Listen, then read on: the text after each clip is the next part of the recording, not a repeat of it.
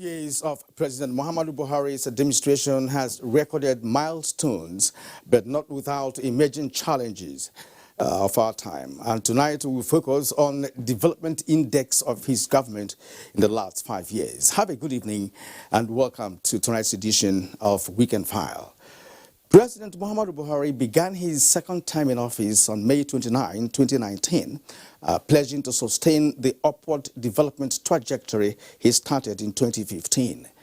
5 years into his 8 years tenure, some analysts say his strengthened commitment to transform the country came alive with a tenacious pursuit of agricultural revolution, doubling down on provision of infrastructure and sustaining strategies embedded in the economic diversification policy of government.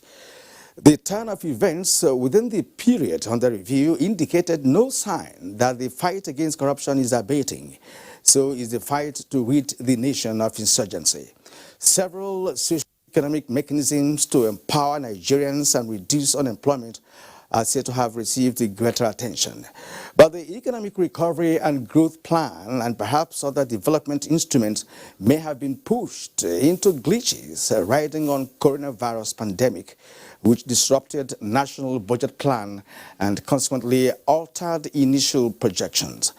What constituted a major challenge to the Buhari administration in the past few months has been the onerous task of re-strategizing in order to conquer the adverse effect of COVID-19 on all sectors and to sustain already laid down development projections. Today we will learn more about the intricacies of tackling emerging issues and how the administration fared in its quest to foster change in the nation's governance milieu. My guest tonight is Ajuri Ngelale, the Senior Special Assistant to the President on Public Affairs. I am Kurian Umar. It's always a pleasure to welcome you here where we dissect national issues. It's Weekend File, which starts now with the news.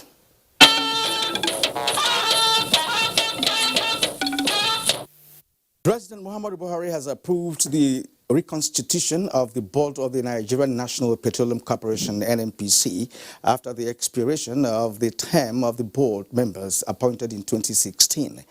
Members of the new board, according to a release by a special advisor to the president on media and publicity, Femi Adesina, are Mohammed Lawal, Northeast, Tajuddin Umar, Northeast, Adamu Mahmoud Atta, North Central, Senator Magnus Abe, South-South, Dr. Stephen Dike, Southeast, and Chief Powers Akinyelure, Southwest. The new board will be in place for 3 years. President Buhari has condoled with family, friends, and professional colleagues of former Group Managing Director of Nigerian National Petroleum Corporation, NNPC, Dr. Meikanti Kachala Baru, who passed on in the early hours of today. The president, in a statement, noted that the former GMD worked very hard to initiate reforms in virtually all departments of the corporation, bringing it up to speed with global trends and best practices. President Buhari acknowledges Dr. Baru's contributions to ensuring stability in the oil sector in Nigeria with a more guaranteed supply and predictable price regime that weakened unscrupulous parallel marketers, especially during festive seasons. Dr. Meikanti Baru was the 18th Group Managing Director of the NNPC, a consummate mechanical engineer who steered the affairs of the corporation from July 4, 2016 to July 7, 2019. A statement by the NNPC Group General Manager, Group Public Affairs, Dr. Kenny Obatero, announced the passing on of Dr. Meikanti Baru after a brief illness in a hospital in Abuja. The release says NNPC Group Managing Director Mele Kyari expressed shock over the sudden death of Dr. Meikanti Baru, describing him as a man of exemplary character and disposition. Dr. Baru was 60 years old. In Abuja, Lydia Samson, NTA News. The Organization of the Petroleum Exporting Countries, OPEC, has described the death of Dr.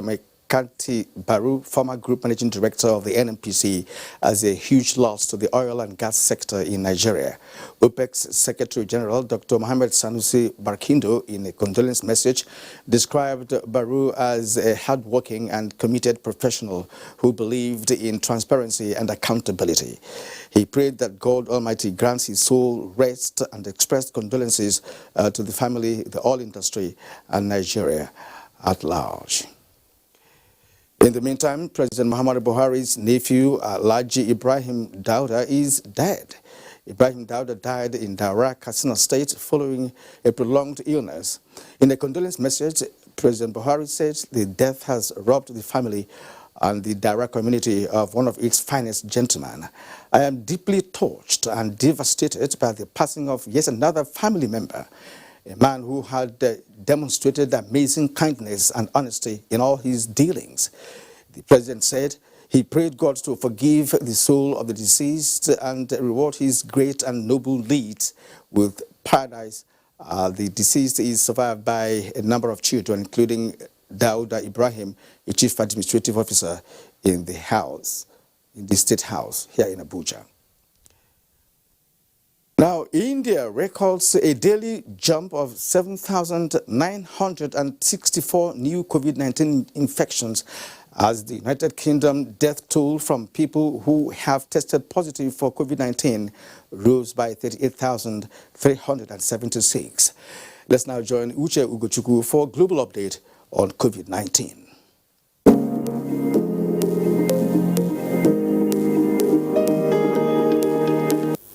The tally by the Nigeria Center for Disease Control as at 29th May 2020 shows there are 387 new cases of COVID-19 in the country. Lagos, FCT, Jigawa and Edo are top on the list, while Plateau, Yobe, Gombe, Bauchi and Ondo are at the bottom. There are now 9,304 confirmed cases of COVID-19 in Nigeria. Discharged is 2,697 and 261 deaths so far.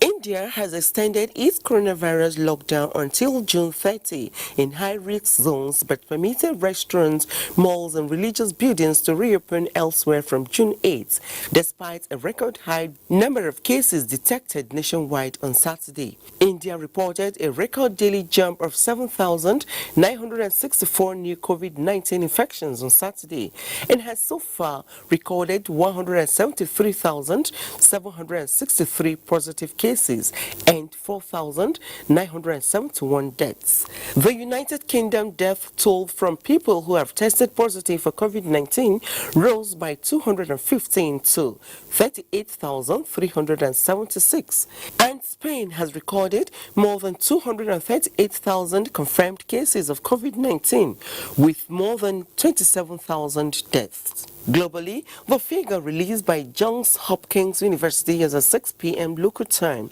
shows that 6,086,407 cases have been confirmed globally. 368,468 have died, while 2,697,211 recovered. Uche Ugochukwu, NTA News.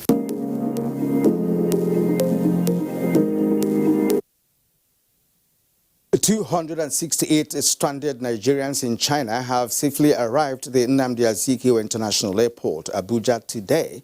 Foreign Affairs Minister Geoffrey Onyema confirms this in his official Twitter handle, says all the 268 returnees will go on the 14 days mandatory quarantine stipulated by the Nigerian Center for Disease Control and the Federal Ministry of Health. In another development, another batch of more than 300 British citizens stranded in Nigeria have been flown back home on a chartered flight from Lagos. Ken Ebeluge tells us more. Ayodele Adenuga and Lanre Ajibaye are residents in the United Kingdom. They are among the 100 British nationals set to return home from Nigeria on 3 chartered flights by the UK government. They say, having been stranded in the country for more than 2 months as a result of the coronavirus pandemic lockdown, the joy of uniting with their loved ones could not be quantified. Elated, very happy to join my family back in United Kingdom. after spending almost 3 months in Nigeria. And I really appreciate the United Kingdom government for repatriating us back to United Kingdom.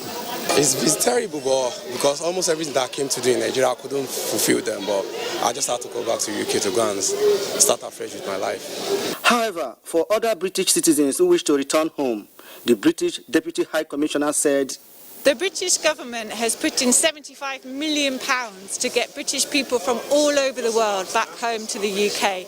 So they're using that money to subsidise the flights. But everybody needs to pay for their ticket. If people don't have enough money to be able to pay themselves, then there are government loans available." It will be recorded that more than 2,000 British citizens were flown to the United Kingdom on several chartered flights in April and May.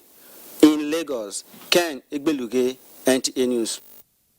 We are still in Lagos. The Lagos State Governor Babajide Sanwo-Olu has dedicated his first year in office to frontline workers in the battle against the coronavirus pandemic.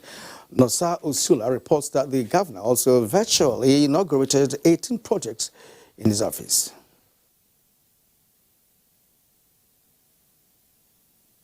Workers in the health sector who have been the frontliners in the battle against the COVID-19 pandemic promised to improve on the facilities in the health sector. We're not out of it yet. We're not even sure we've reached the peak yet. But as we go along, they say delay is denial. We certainly cannot wait until when it's over before we begin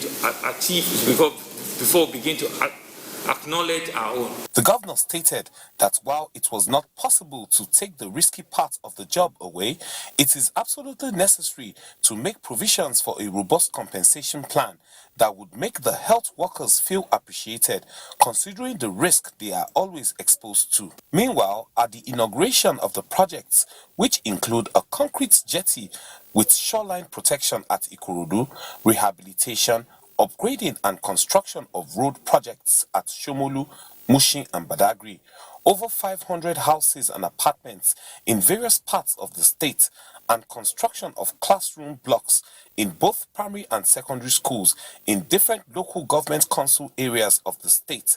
Governor Sanwo-Olu said even though the last 4 months have been very challenging in view of the COVID-19 pandemic, governments remain committed to the Greater Lagos vision. In Lagos, Nosa Usula, NTA News.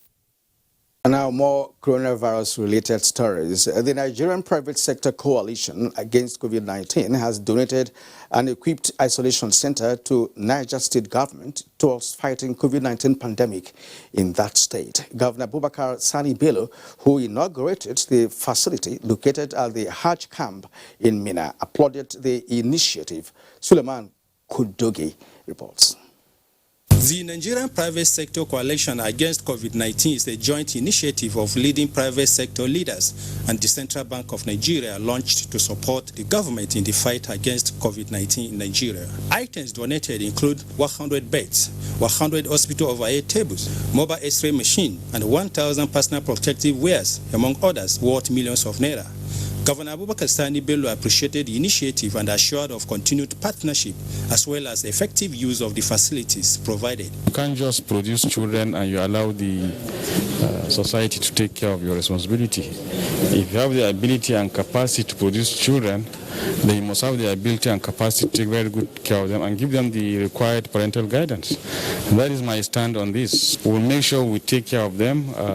Soon we're working on a policy that will ensure that everyone has the opportunity to go to school.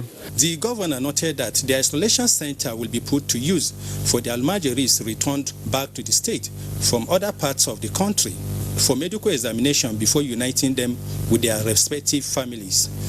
In Mina, Suleiman Kodogi, NTA News. Now, the source of the fire that raised the Olale market in Shomolu area of Lagos to the ground this Saturday morning is yet to be identified. However, Olumide Eguntola, who visited the market, reports that no life was lost and no injury was sustained. For some time now, Lagos has been a bit quiet in the area of disaster until this morning when emergency responders were alerted that Olale Market in Shomolu area of Lagos State was on fire. As I talk to you now, everything inside the market has been completely destroyed. The pains in the heart of property owners who are just like other Nigerians, struggling to sustain their livelihood as coronavirus affects the global economy can best be imagined. Eyewitness account says the prompt response of the fire service authorities prevented the spread of the inferno to other areas. But you just hear Bahu. What did happen? Is it bomb or not? It's just come across. You have to come and see the light is too much. Nobody can face it. We run. There's no light. There's no light that can cause anything. Nobody in the market can see in the market. Then when the market is going, when the fire is going on, we try to locate the security to come and open the market for us so that people will rescue some their goods. But the security said that the key is not with him. Maybe there was a spark from one of the shop, which was identified to be a computer shop, down the last line. What we are appealing to the government is to come to our aid. This is our source of income. In Lagos, Olumide Guntola, NT News. The Federal Ministry of Humanitarian Affairs, Disaster Management and Social Development has condemned the killing of Nigerians by bandits in communities in Sabon local government area of Sokoto State. In a statement, the Minister of Humanitarian Affairs, Disaster Management and Social Development, Sadia Omar Farouk, said that it was shocking that terrorists operating as bandits would commit mass murder in peaceful communities where innocent citizens were engaged in agrarian life without posing threats to anyone. Sadia Omar Farouk, while lamenting the displacement of innocent citizens from their home, she directed the relevant agencies of the ministry to swiftly commence action and work in collaboration with the appropriate agencies of the Sokoto state government in providing much needed relief to survivors of the attack.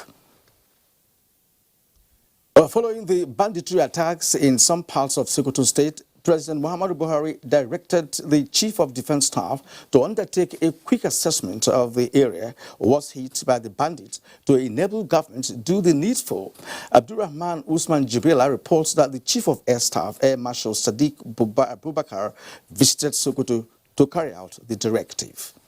In the wake of the banditry attacks in Sokoto Eastern Zone, there were several calls from concerned citizens and organizations for quick intervention to save lives and property in the affected areas. The Nigerian Air Force, led by the Chief of Air Staff, Air Marshal Sadiq Abubakar, and other heads of operations in the airspace, met in Sokoto to discuss on how best to neutralize the bandits. The meeting, held behind closed doors, brought together various stakeholders to brainstorm on how to salvage the state from the hands of the bandits. During the visit, the Chief of Air Staff inspected the aviation plant of the Sultan Abubakar III International Airport in Sokoto and other areas of operations. At the Sultan's Palace, Air Marshal Sadiq Abubakar said he is in the state to carry out a presidential directive. Our appeal to the people of Sokoto State is to help us with relevant information that will support our operations. Sultan Muhammad Saad Abubakar described the killing of over 70 people in Sabon local government area as inhuman and tragic, calling for massive recruitment, training of personnel and provision of state-of-the-art facilities to the security apparatus to enable the country overcome the security challenges. The Sokoto Eastern Zone had in recent times experienced attacks by bandits, leading to loss of many lives. In Sokoto, Abdurrahman Usman Jibrila, NTA News. Vice Chancellor of the University of Lagos, Professor Oluwatoyin Temitayo Ogundibe, is 60, and President Buhari celebrates his milestone. Laced with great and memorable achievements, President Muhammadu Buhari extols Professor Ogundibe's commitment to upgrading and expanding of the department's faculties and institutes in the university, particularly paying attention to the dynamic global market, evolving trends in research, and most importantly, the need for character, competence and competitiveness. President Buhari praised that the Almighty God will continue to strengthen the highly respected academic and author and grant him wisdom to achieve his dreams for the institution and the country. In another development, President Muhammadu Buhari rejoices with a renowned writer, journalist, columnist, actor, dancer, and dramatist Akoguntola Adeniyi as he turns 75. The president congratulates the entire pen fraternity on the landmark birthday of the man who made writing look so fluid and easy through his column, Abba Sahid, which was a compelling read. And he plied, of course, his trade for decades in sketch newspapers, Nigerian Tribune, Daily Times of Nigeria, and many others, where he held top editorial positions as editor-in-chief and chief executive officer. The president equally salutes the business savvy of Adeniyi, which led him to found the Canada-Africa Chamber of Commerce in 1996. The chairman board of the FRSC, Malam Bukari Bello, has restated the commission's drive towards rewarding excellence and hard work in line with the administrative philosophy of the present leadership of the corps. The board, at the virtual meeting with senior officers of the commission, approved the promotion of 10 corps commanders to the rank of assistant corps marshal and 32 deputy corps commanders to the rank of corps commander. Corps Marshal Dr. Boboya Odeyemi also charged officers and men of the FRSC to put in their best, actualizing the vision of the Corps in reducing carnage on the roads, as well as ensuring full compliance with COVID-19 safety guidelines by motorists. You are watching the NTA, and the program is Weekend File. Today we are commemorating the first anniversary of the second term in office of President Muhammadu Buhari, and of course is the development index. We are awash with activities of his government within this period. And my guest tonight is Ajuri Ngalale, the SSA to the President on Public Affairs. And my conversation with him starts after the correspondence report, coming up in a moment.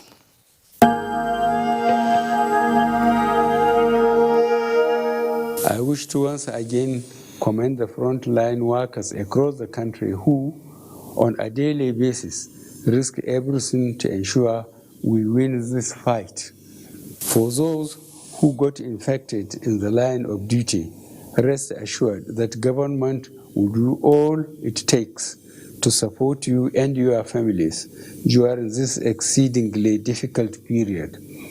I will also take this opportunity to assure you all that your safety, well-being, and welfare remains paramount to our government. I am using this opportunity to express our deepest condolences to the families of all Nigerians that have lost their loved ones as a result of the COVID-19 pandemic. This is our collective loss, and we share your grief.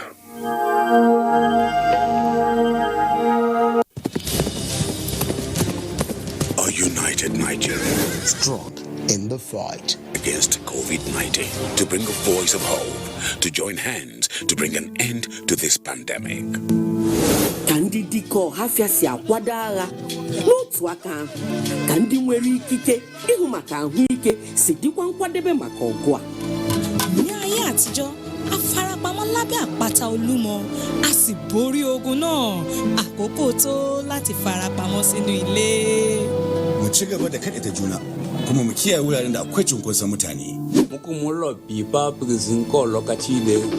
Womere ya mevogja wogura bowe kokekokyo, wojeseri sanitizer wogura bowe. Fulbe ballen ko emeden kauten jutne kaben dun nyaw coronavirus. Daroden e wuro ballen gomnati ballen ko emeden dun nyaw dun waray dun dillay. One Nigeria, different languages, and we shall surely prevail. This message is brought to you by the National Repatriation Agency, Nigerian Film Corporation, powering possibilities in partnership with Nigerian Television Authority. You can't beat the rich.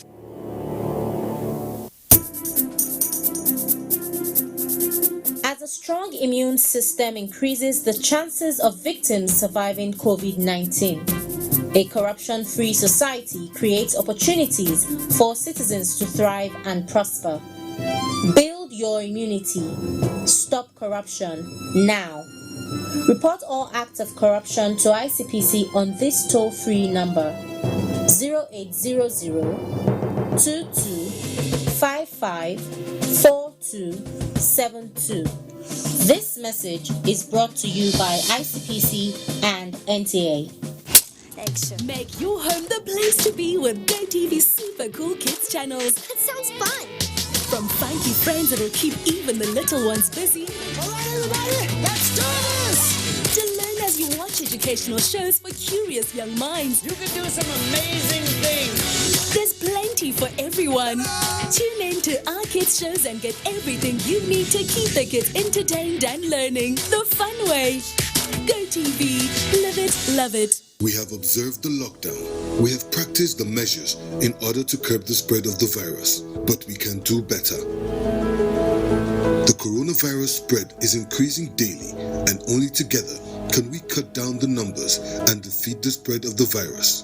Remember, COVID-19 is not a death sentence, and a recovered patient cannot spread the disease. Do not stigmatize. Do not hesitate to report any case, or if you have come in contact with anybody that has been infected with COVID-19. If you have cough and fever, please stay at home and call your state hotline. Find state numbers at www.covid19.ncdc.gov.ng. Remember, it is for your own good and for the good of every Nigerian. Let us do better and defeat the virus. Together, we can do this. This message is brought to you by the Nigerian Television Authority, NTA, Africa's largest television network. And you're welcome back. Public analysts say being responsible is what makes leaders accountable and outstanding. Now, the Nigerian economy under the present administration, experts say, has been on a steady growth trajectory. And in this report, correspondent Chimobi Wharton-Naji takes a look at major economic highlights of the Buhari administration 5 years down the line. It's been 5 years of President Muhammadu Buhari's mandate of steering the wheels of the Nigerian economy and the first year into his second tenure in office. Now, while the economy has witnessed some low moments, experts insist that the Buhari-led administration has made remarkable progress in repositioning the economy to achieving greatness in due time. In 2019, the Nigerian economy ramped up a 2.27% growth from the 1.8% recorded in 2018. 2.9% was the projected GDP growth for 2020, but that was not to be. The first 4 years started low, occasioned by falling oil prices, which was the main source of revenue for the nation. The slowdown culminated in a recession in 2016, necessitating stringent measures to reflate the economy predicated on accountability and transparency. A medium-term plan was birthed, the Economic Recovery and Growth Plan (ERGP), with the objectives of restoring growth, investing in the people and building a globally competitive economy, and through concerted efforts, Nigeria exited recession within a year.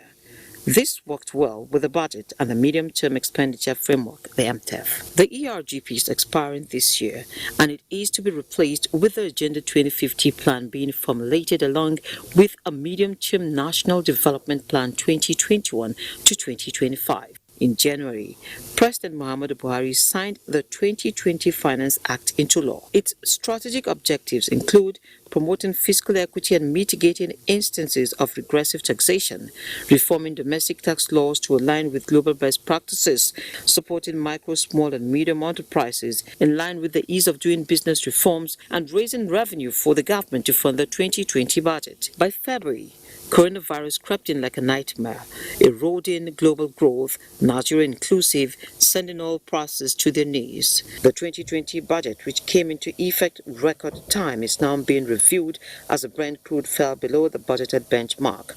Recovery became paramount.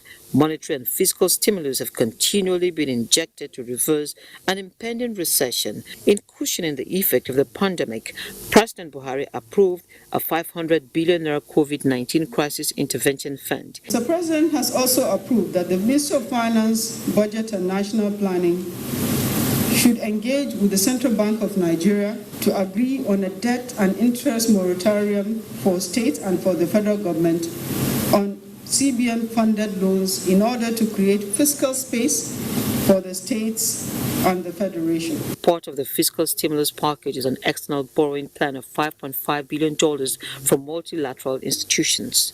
The CBN offered a combined 3.5 trillion naira stimulus package. The CBN will continue to monitor again all developments on the COVID-19 infection and design appropriate monetary response to protect the people and economy. Policymakers are working hard with the expectation that a recession can be averted and growth restored before the end of 2020. In Abuja, Lekatun Babachulu, NTA News. Now, from the position of a sole determinant of the size of the national pulse, the once opaque oil and gas sector has become more transparent, driven by federal government's unprecedented intervention to link it to the larger economy. Media Samson explains strategies employed in the last 5 years to reposition this sector in line with government's diversification process. Rocky is a word which has become synonymous with the global oil and gas industry. From the very beginning of the Buhari-led administration, this sole driver of the Nigerian economy has moved in an undulating trend from very low prices and revenues to a ray of hope occasioned by near stability, resulting to a 2020 budget predicated on a $57 per barrel, and suddenly to a zero level never experienced in history. The expected excess supply volumes on the market, particularly in the second quarter, are beyond anything we have seen before. Soon will prevail, and all the projects that we have planned will progress as we all want them to. Despite Nigeria's vulnerability to the current COVID-19 reality, a solid foundation laid early in the life of the Buhari administration has placed the country on sound footing. The agenda of the Petroleum Ministry is anchored on repositioning the sector, not just as the sole source of revenue, but in linking the sector to the entire economy for value addition. The national oil company, the NNPC, on its part, is set to commence construction of the 614-kilometer Ajaokuta-Kano-Kaduna natural gas pipeline AKK. It will traverse Kogi, Niger, FCT, Kaduna and Kano and feed power plants and industries along its corridors. Also, the NNPC has paid 15% counterpart funding for the $2.9 billion project, while the Federal Executive Council has approved the issuance of a sovereign guarantee to cover the rest of the funding coming from the China Export and Credit Insurance Corporation. Considered the largest financial deal in Africa so far in 2020, the Nigerian LNG Limited concluded final investment decision on its Train 7 project at the end of 2019 and signed an EPC contract for the project in May 2020. A financing arrangement worth $3 billion was also concluded. NNPC owns a 49% stake in NLNG on behalf of the Nigerian government. We know that getting the Train 7 is a very important activity. First, to create 10,000 jobs in this country, direct jobs, and another 40,000 of indirect jobs, and another $9 billion of income to the Federation. Also worthy of commendation is the removal of the fuel subsidy regime and replacement by a market-led price modulation mechanism. As far as the availability of petrol is concerned in Nigeria, it's fantastic. The modular refinery initiative of the Buhari administration has delivered 3 completed private sector-led projects in Rivers, Imo, and Delta states, and several others are in progress. Another critical aspect of intervention by the Buhari administration likely to manifest soon is the PIB, which is now at an advanced stage awaiting passage at the National Assembly. In Abuja, Lydia Samson, NTA News. Thank you, Lydia. And here in the studio, I have Ajuri Ngalali, the Senior Special Assistant to the President on Public Affairs. You're welcome to the program. It's good to be with you. Right. It's good to just listen to the report on oil and gas. Right. Because considering what has happened lately, it does appear that the major victim of COVID-19 is the oil sector in terms of the economy. But I'll start this conversation by giving us an overview of what has taken place developmentally across sectors in Nigeria. Perhaps you will narrow it to the issue of oil and gas. Absolutely, Kieran. In fact, I think I would start there. When you look at the wide array of interventions in the oil and gas sector over the past 5 years, you'd be looking at some being regulatory in nature, and then others are infrastructural. I'm going to start with infrastructural interventions. Just take a look now at the pivot away, a very strategic pivot away from raw crude oil into gas. The President clearly understands, President Muhammadu Buhari, that by 2040, crude oil is not going to be the hot commodity that it is today, and indeed gas will continue to be to the unforeseeable future. And as a result of that, we have seen under this administration the FID signed, the final investment decision signed on Train 7, NLNG Train 7, which in effect, for those who may not know exactly what that entails, is going to add a third of our total current gas production capacity. A third of it will be added to the current total of our gas production capacity. That is absolutely massive and a big step in the right direction. That's a $12 billion project that indeed is going to create thousands of indirect and direct jobs as it goes into construction in the soonest possible time frame. You also have the fact that when the President came into office, we had a situation where we had joint venture cash call arrears with the IOCs owing them upwards of $6 billion. The President was able to negotiate it down from approximately $6.8 billion down to about $5.1 billion. And even with depressed oil prices, reduced revenues, the President was able to assiduously pay that down to now less than $3 billion. So we're making it right with our partners in terms of the IOCs, and that has also enhanced confidence in them that indeed they can begin making the kinds of massive investments in deep offshore exploration projects that can benefit all of us in this country in terms of enhanced revenues. On the other side of it, the President has also taken a very important step in terms of legislative interventions. We have obviously seen within the last 1 year, the first year of the second term administration of the President, that the Deep Offshore and Inland Basin Production Sharing Contract Amendment was signed into law, essentially ensuring that we, for the first time, will receive the revenues due to us on deep offshore production fields.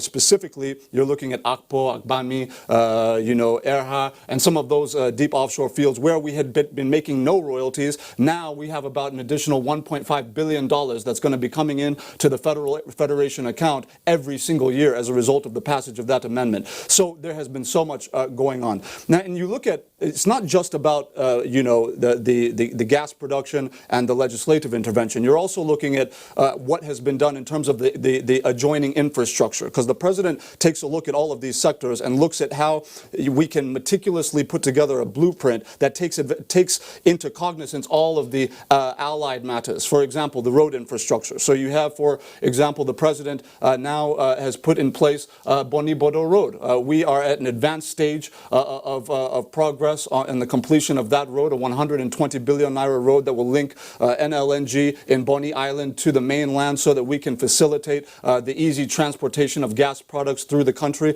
That's a massively strategic and important project. And then, of course, throughout River State, you see the Enugu-Port Harcourt Road being worked on very diligently. So now, if you look at Aba-Port Harcourt Expressway, for example, if you compare the way it is now to how it was in 2015, you wouldn't believe you're standing in the same place.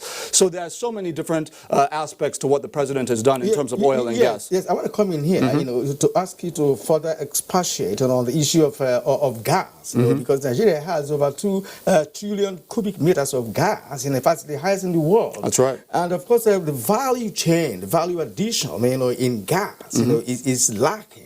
And people talk about methanol, which is a good replacement for petrol and so on. Now, looking at what you've said earlier on, that we, in the next the next 20 years or more, that oil is going to be a key economic factor globally. Well, so there are more. If we go directly into gas, there are multiple things to look at. First of all, you would look at the fact that the President has put together a negotiation that was successfully concluded with a Chinese firm for the construction of a $2.9 billion and 614-kilometer gas pipeline. The Abuja, it's known as the Abuja Ajaokuta to AKK pipeline, Ajaokuta, Kaduna, Kano pipeline running through Abuja out of the Niger Delta. What that is going to enable us to do is, and the reason why we're even able to get the financing with the Chinese firm was because the president put in a sovereign guarantee behind it to assure our partners that indeed they are going to be secure in terms of,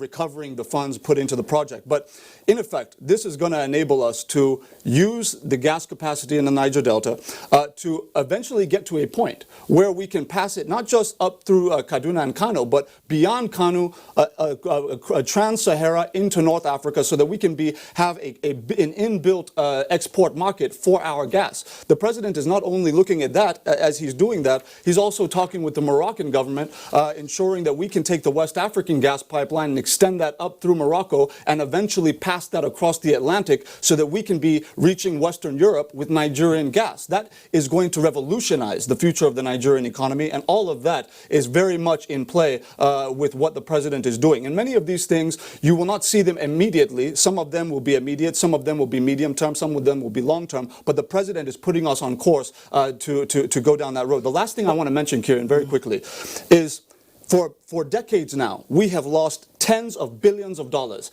in the value-added processing sector, subsector within the oil and gas sector. What do I mean? IOCs that are doing deep offshore drilling and exploration in Nigerian fields are going to Singapore, South Korea, and all of these other countries where they have value-additive oil-based industry, oil technology industries, where they're getting all of the component parts for their drilling and all of the different things that they need. Whereas, and the jobs are there, the money is there. Meanwhile, we're losing out on all of that. So what the president has now done is he has now put together five major national oil and gas parks. It's NOGAP, the NOGAP scheme. That's essentially going to build industrial facilities across the Niger Delta where we can manufacture and fabricate the parts that our IOCs will now be using so that we can create those jobs. Okay, I'll pause you here and we'll take a break. And when we come back, we'll have two more reports to do before we re-engage you with this conversation, because I wanted to talk about some certain infrastructure, such as Ajaokuta State Complex. That will be when we'll come back. Let's take a short break now. Mama, Uncle Nkem just called me. His wife just gave birth. Hey! If you not be God, though, now who go do am? Now who go do am? I thank God. Boy or girl? I was too excited to ask. Let me get my phone and call him. Mama, it's a... Mama, what's wrong? So, I no fit see my grandpikin now as dem do obodo oyibo.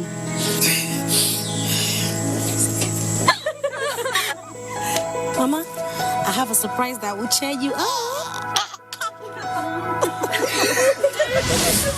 Introducing Sunday Data Plan. Enjoy Sunday browsing. 200 Naira gets you a whopping 1.25 gigabytes. Glow Unlimited. Cadbury Hot Chocolate 3-in-1. A delicious combination of rich cocoa and wholesome goodness of milk. Just add hot water to get an instant chocolatey treat. Cadbury Hot Chocolate 3-in-1. Just add hot water. Available in stores at 18 Naira. 25th February 2020. Nigeria. It is real. It is a nightmare. It is killing people all over the world. It is COVID-19.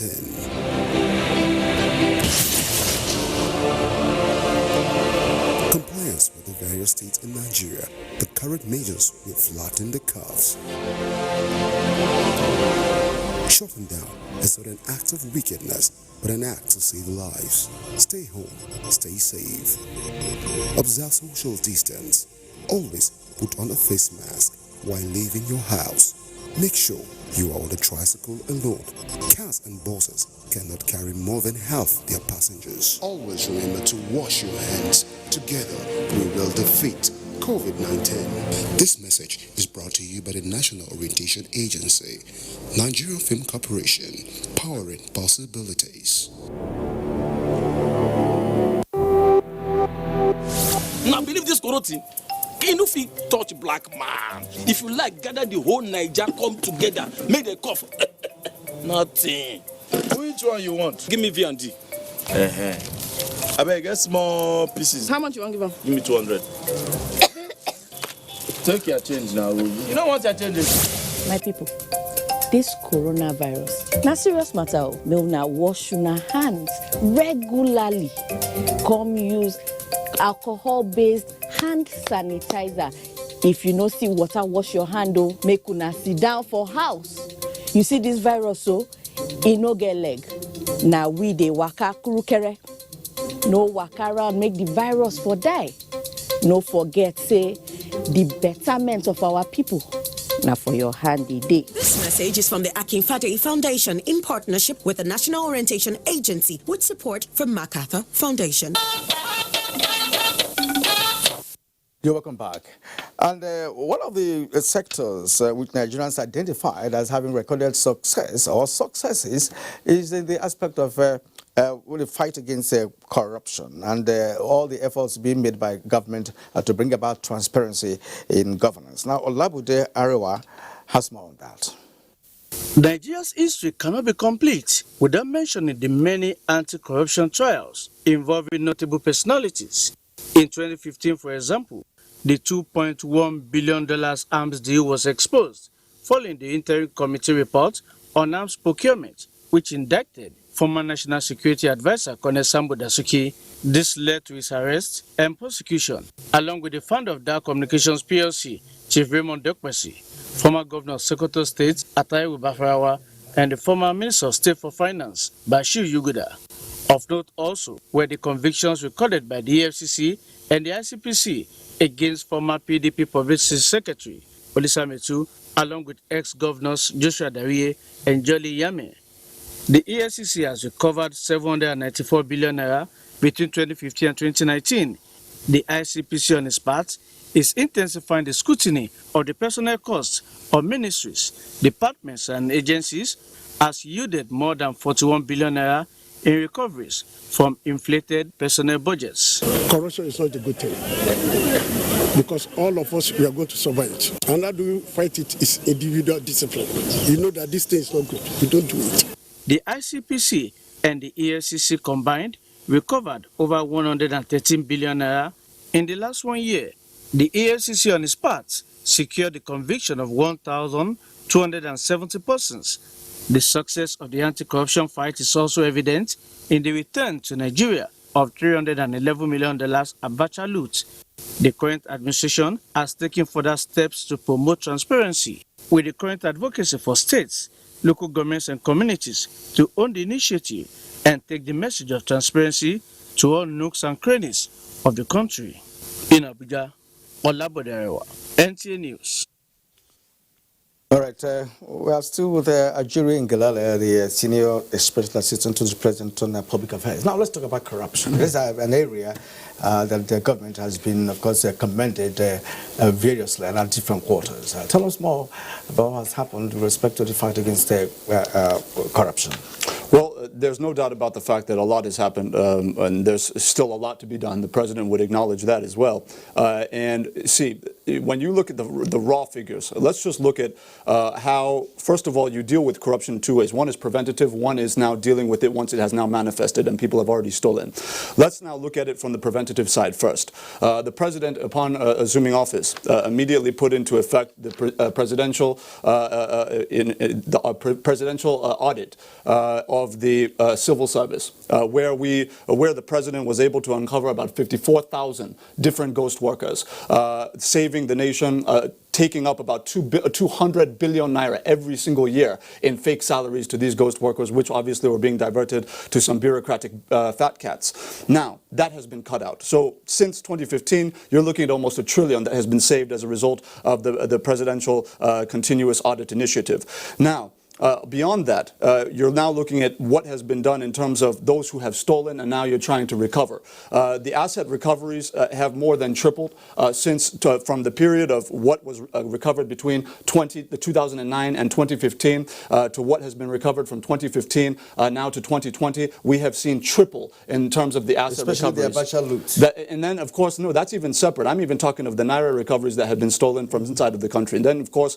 when it comes to the Abuja loot, we have seen an uptick in the relationship between Nigeria and our foreign partners as a result of the increased confidence in not just the personal integrity of the president, but also in the larger clampdown on corruption. And as a result, as you said, we have seen a series of returns of the Abuja loot. And the president has strategically put in place monitoring and evaluation mechanisms attached to the return of the Abuja loot in a way that was not done before, so that the funds that come back to the country are judiciously utilized for the development of sectors that will have a direct impact on the living standards of Nigerians. That had not been the case before. So now you're seeing infrastructure now being upgraded from the Second Niger Bridge, 206 billion naira, Second Niger Bridge in the southeast, now to the over 120 billion naira Lagos-Ibadan Expressway in the southwest, and of course the over 120 billion naira Abuja, Kaduna, Zaria, Kano Expressway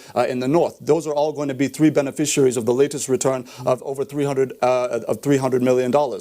So, with all of that said, looking at the rate in which at which prosecutions and imprisonments have upticked, particularly as it relates to members, even whether the PDP or whether APC, all have been indiscriminately affected. And this is really important. When you have a sitting chief whip of the Senate going through a prosecutorial process, then being imprisoned, it sends a signal to the rest of the country that indeed nobody is above the law. Exactly. Then I'm still talking corruption and how it has affected or stalled the development of certain infrastructure, very valuable infrastructure, such as Ajukuta Steel Complex, for instance, and some other similar projects abandoned over the years. The corruption played a key role in all of that. But tell us more about Ajukuta, because of course we have learned that something new is happening at Ajukuta Steel Complex. Absolutely. So what is happening in Ajukuta is a direct result of the president's pivot in our foreign policy approach from being a conventional, fairly directionless foreign policy as we've had it over the decades, just getting involved in different places, not for any particular reason, to now being strategically functioned to perform economic diplomacy. That means if we're signing deals with, if we're engaging with countries, it's because we're looking for deals that of mutual benefit that can develop Nigerian sectors locally. Ajaokuta was a product of an engagement between this administration and the government of the Russian Federation, led by President Vladimir Putin, and there was an agreement struck that $1.4 billion would be put together for the resuscitation of not just the Ajaokuta steel plant, by the way, complex, but also the very strategic National Iron Ore Mining Company, Niamco, in Itakpe, and so you have $400 million that's going to the resuscitation of the Iron Ore Mining Company, which is obviously the iron ore that you will now use to supply the steel complex to produce your steel, and then about $1 billion in conjunction with the Frexim Bank and the Russian Export Center for the resuscitation of the Ajaokuta steel complex. Now, the president is not taking anything in isolation. Everything is integrated. So now, the president had resuscitated the over 300-kilometer Ajaokuta Itakpe Wari rail line. That's very strategic because it's important that we decongest the roads in that region, and we also link it up so that we can carry the cargo from the